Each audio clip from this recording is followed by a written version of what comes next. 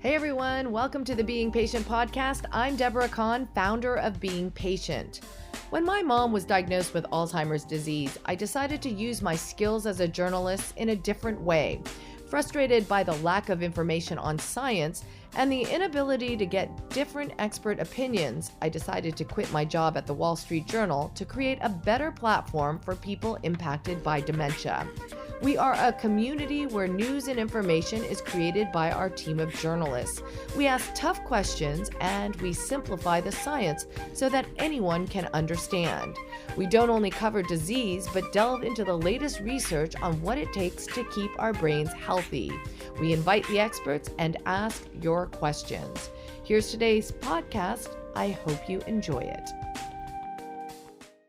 Welcome everyone to Being Patient's LiveTalk series. Today we have a dementia research specialist at Arizona State University's Edson College of Nursing and Health Innovation, Berta Carbajal, with us to speak to us about her journey of caregiving for her late mother, Sylvia Vasquez, who lived with dementia, as well as her work in dementia research. And this live talk is part of our series, Diversity in Dementia, which is produced by Being Patient with support provided by ESI. So Berta, thank you so much for joining us today. You're quite welcome. So Berta, I wanted to ask you, what first inspired you to, join the field of dementia and, do research in dementia and become a research specialist, especially Yes. within the Latino community? Absolutely. Well, obviously, as you know, you and I have talked and have had the opportunity to visit. My motivation was my mother. I took care of my mother the last 4 years of her life. She passed away in 26 years ago in September, this past September. And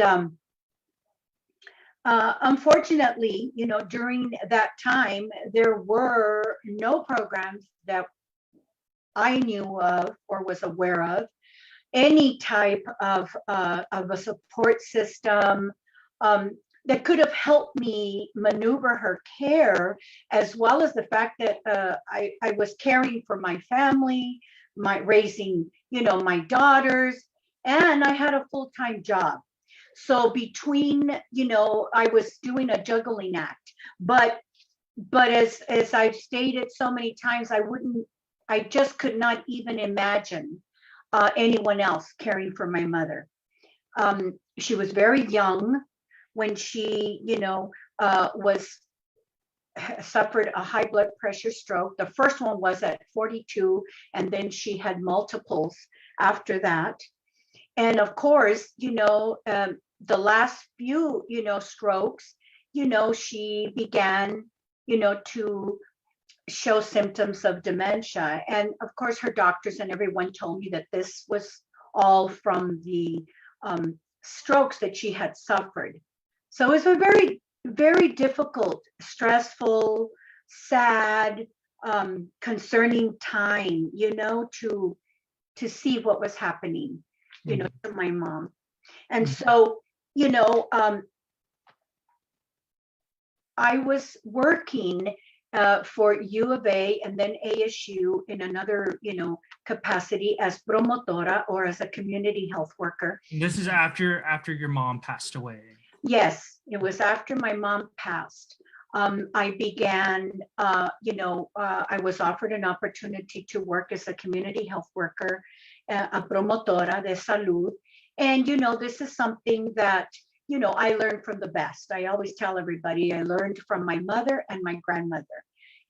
That model is tradition. It's a traditional model, centuries old. These are the go-to people in the community. So anyways, I accepted a position to work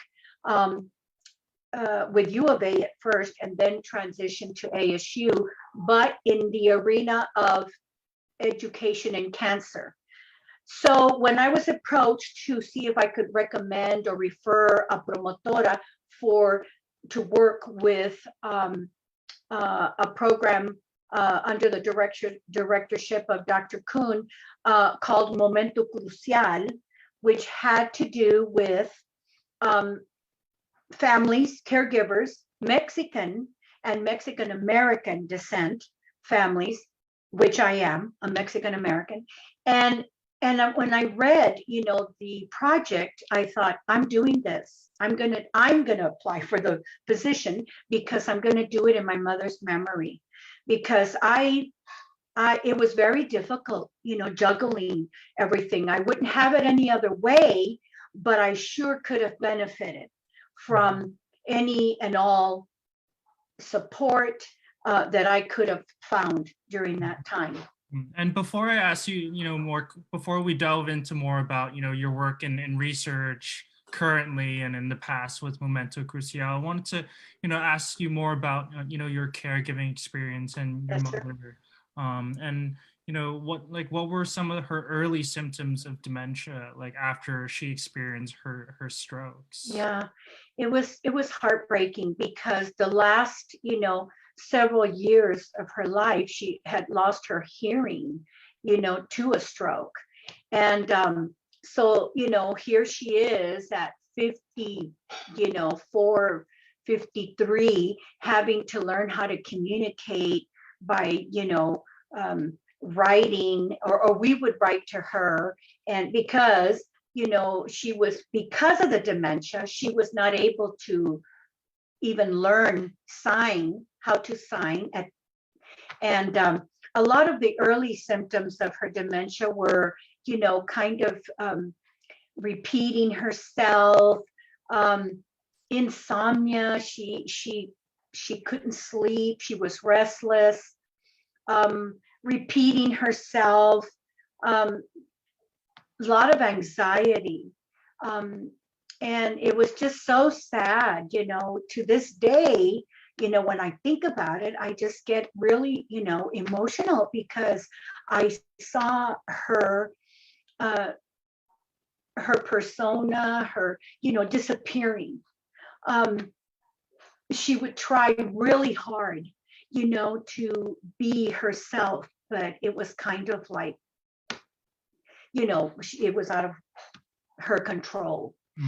And one of the things that we talked about was, your mother's love for music, among other things. Oh, yes. And yes. even when she lost her hearing because of her stroke, she would still ask you and your husband. Yes, we're a very musical family. Music has always been a very, very big, important part of our lives. Music was just everything. It was not just for fun and for happiness and for occasions, special occasions. It was for always. It was healing even. And she always had me in choirs, and as I grew up and grew older, I've always sung in church choirs, and then I happened to have married a wonderful musician, private musician, my husband, who plays the guitar, and she loved hearing us play and sing all her favorite folklore music and songs. And even when she lost her hearing, she would tell me, in Spanish, sit there and Jose, sing me this song and sing me that one, and she'd name all her favorites. Even in the early part of her losing her hearing, and even though she couldn't hear us, she'd watch my lips and just watch us. I've told people that I would sing with a knot in my throat because I wanted to be strong and happy, for her. And but yeah, she'd still want to hear or watch our lips as we sang her favorite songs. Right. And one of the most difficult of the day in your life was having to move her into considered hospice. Yeah, what's now considered as hospice, the time came, and she had, suffered another major stroke, and she was on dialysis, and it just became more and more difficult for us to be able to transport her to dialysis, and to be able to have her even go on her own. It just became so difficult, and the doctors told me that I would have to prepare.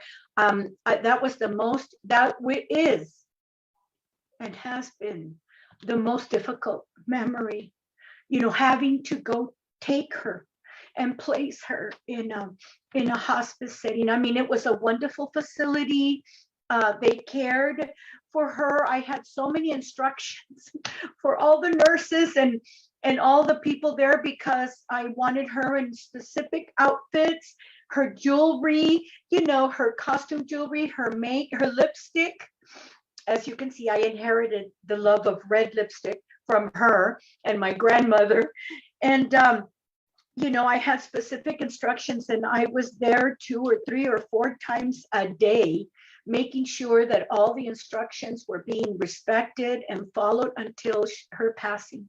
Mm-hmm. So like even after she was in hospice, you were still there, very much taking a massive role in taking care of your mother. Oh, yes. I was not about to leave her there and let go. There was no way. My mother was my friend. She was not just my mother, but she was my best friend, my confidant. She was my biggest fan.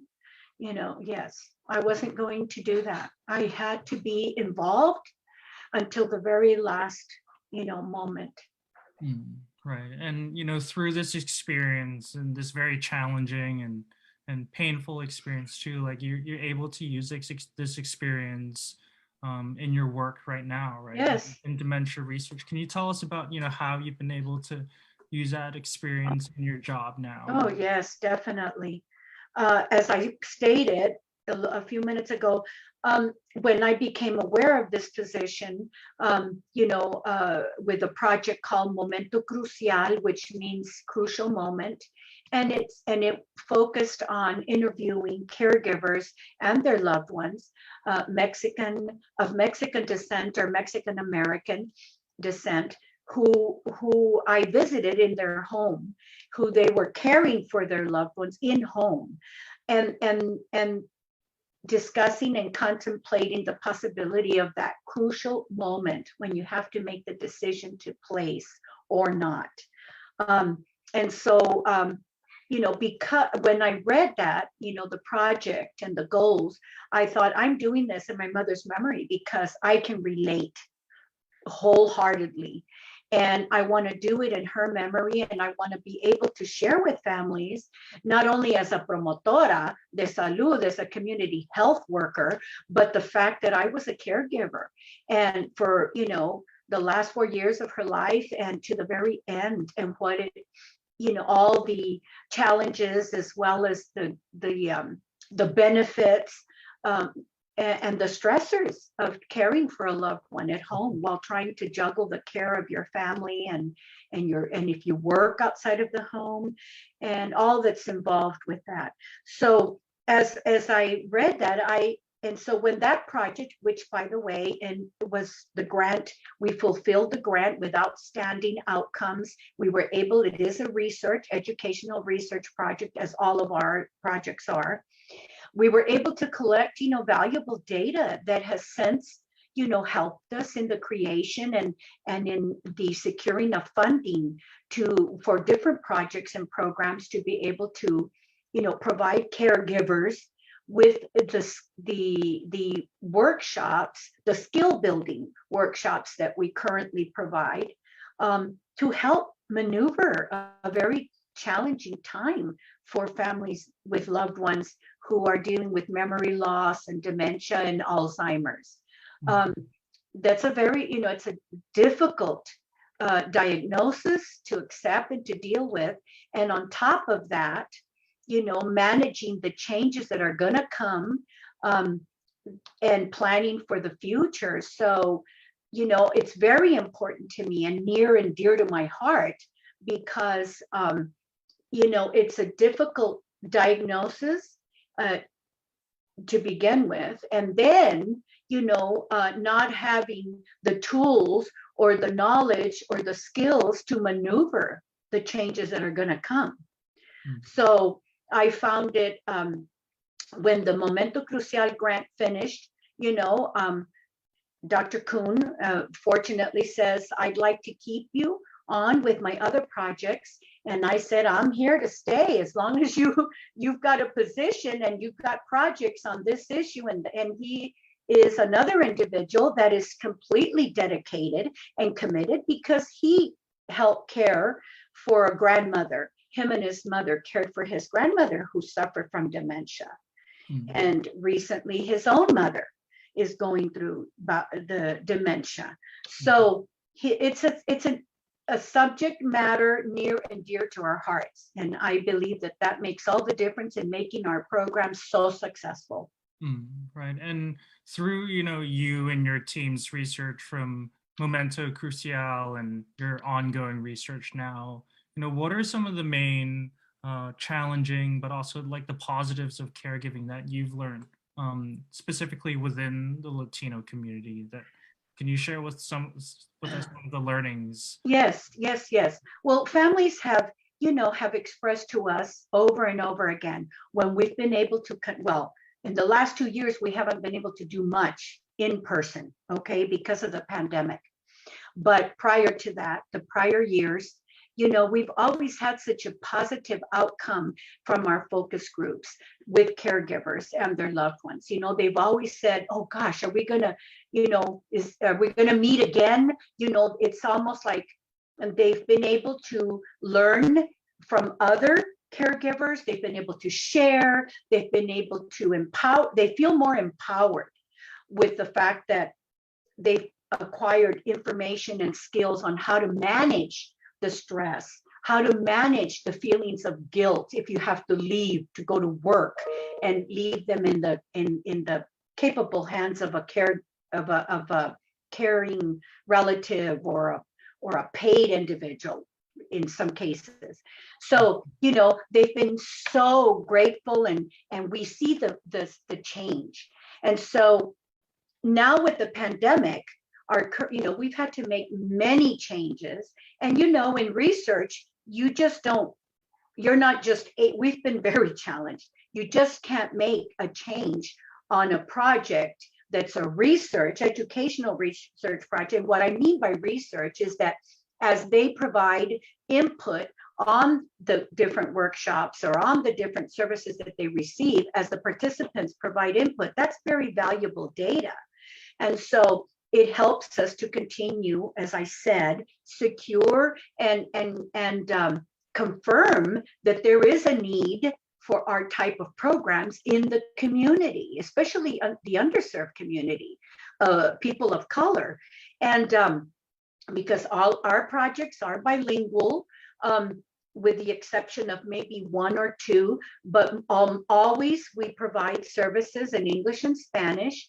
And so in the last 2 years, we had to go back to the drawing board. Dr. Kuhn had to go back and start writing grants and in order to change and have virtual, workshops, provide, our projects virtually for the safety of our families, as well as our staff, as well as our facilitators.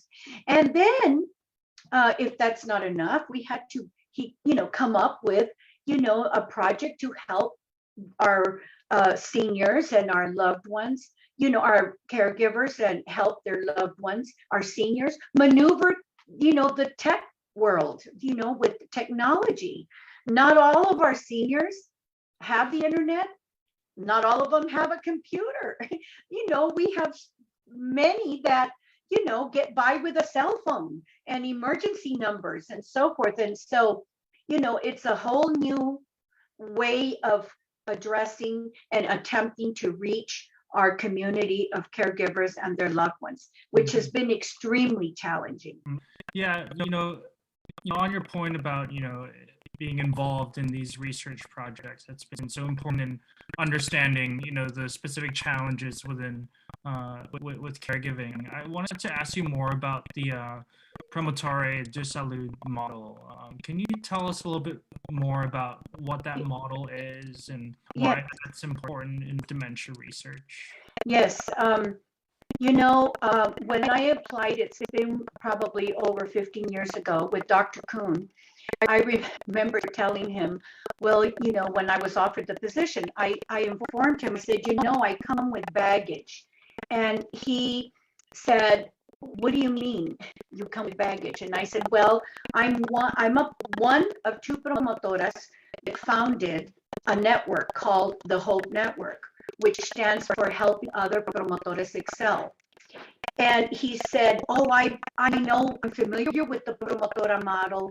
I worked with promotoras in California. I love, the model.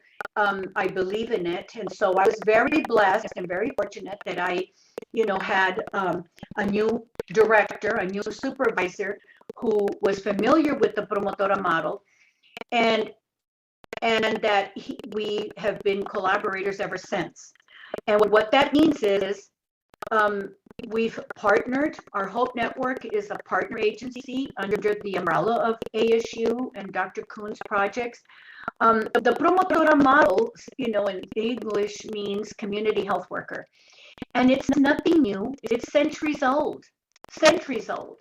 And what it basically comes down to is these are trusted individuals in our community, embedded in the community, okay? These are your neighbors, these are usually your school volunteers, church volunteers. These are all people with a big heart who want to help their neighbor and who want to help in any way possible.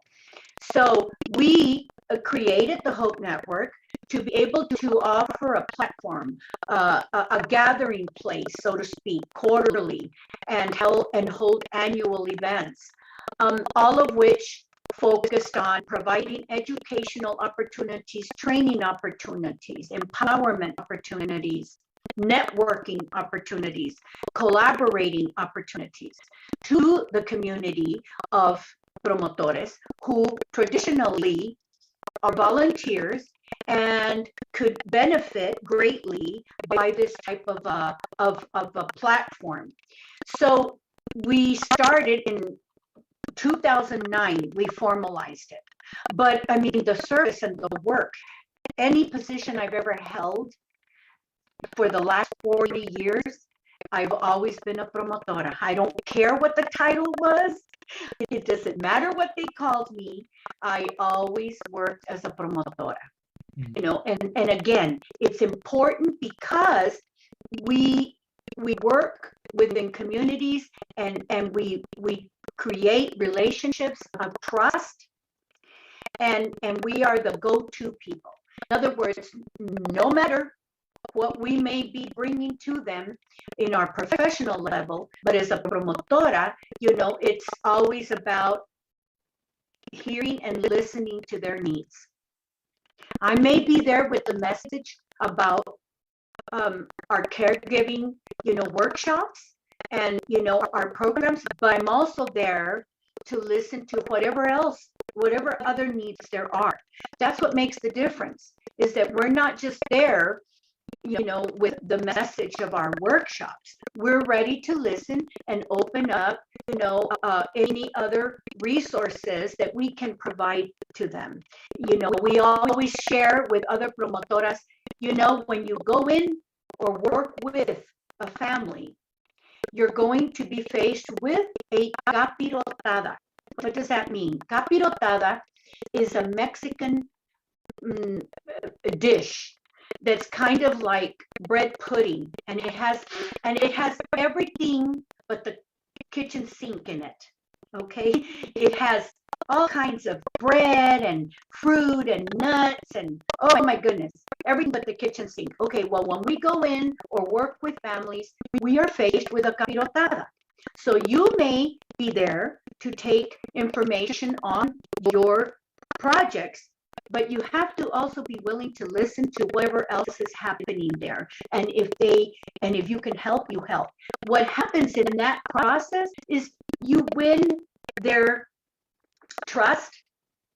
You know, they have confidence in you, and they are more receptive and more willing to work with individuals who have those skills and who provide that relationship.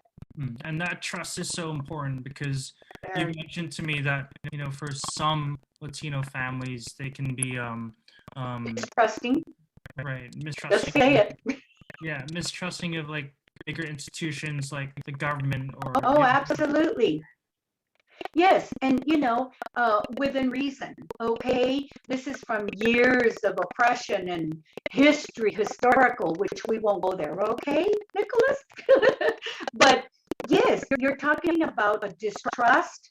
Not. I've had families tell me, "Well, you're with a government agency. Why are you? What are you going to do with all this information?" You know, so you have to be ready and to explain and be honest and upfront. What are you going to do with the data? And you always have to, you know, as long as you're willing to inform and educate and provide the answer to the questions, you're going to make a friend forever. right. And just on the last note, you know, one thing you've mentioned is that, you know, you learn from the best, right? Yeah, I did. The best is from My grandmother and my mother. I remember being a child and watching my grandmother and my mother help their neighbors or help, you know, in their community. They were always ready to go translate at the school for them, or to provide a ride to the food bank or to a clinic. I learned from the best. Right, and those are the pillars of being Promotora. That's right. They are the pillars. They're the example. Right. Well, thank you so much, Berta, for sharing your personal story and for your work in dementia research. You're welcome. You're welcome for the opportunity. I'm always happy to talk about my beautiful mother, and I'm always happy when you're passionate about what you do. I'm ready to share it. Thank you, Berta. Thank you. And for audience, if you miss any portion of this live talk, feel free to subscribe to our newsletter or go to our website at beingpatient.com. And thank you again, Berta. You're welcome. Thank you, Nicholas.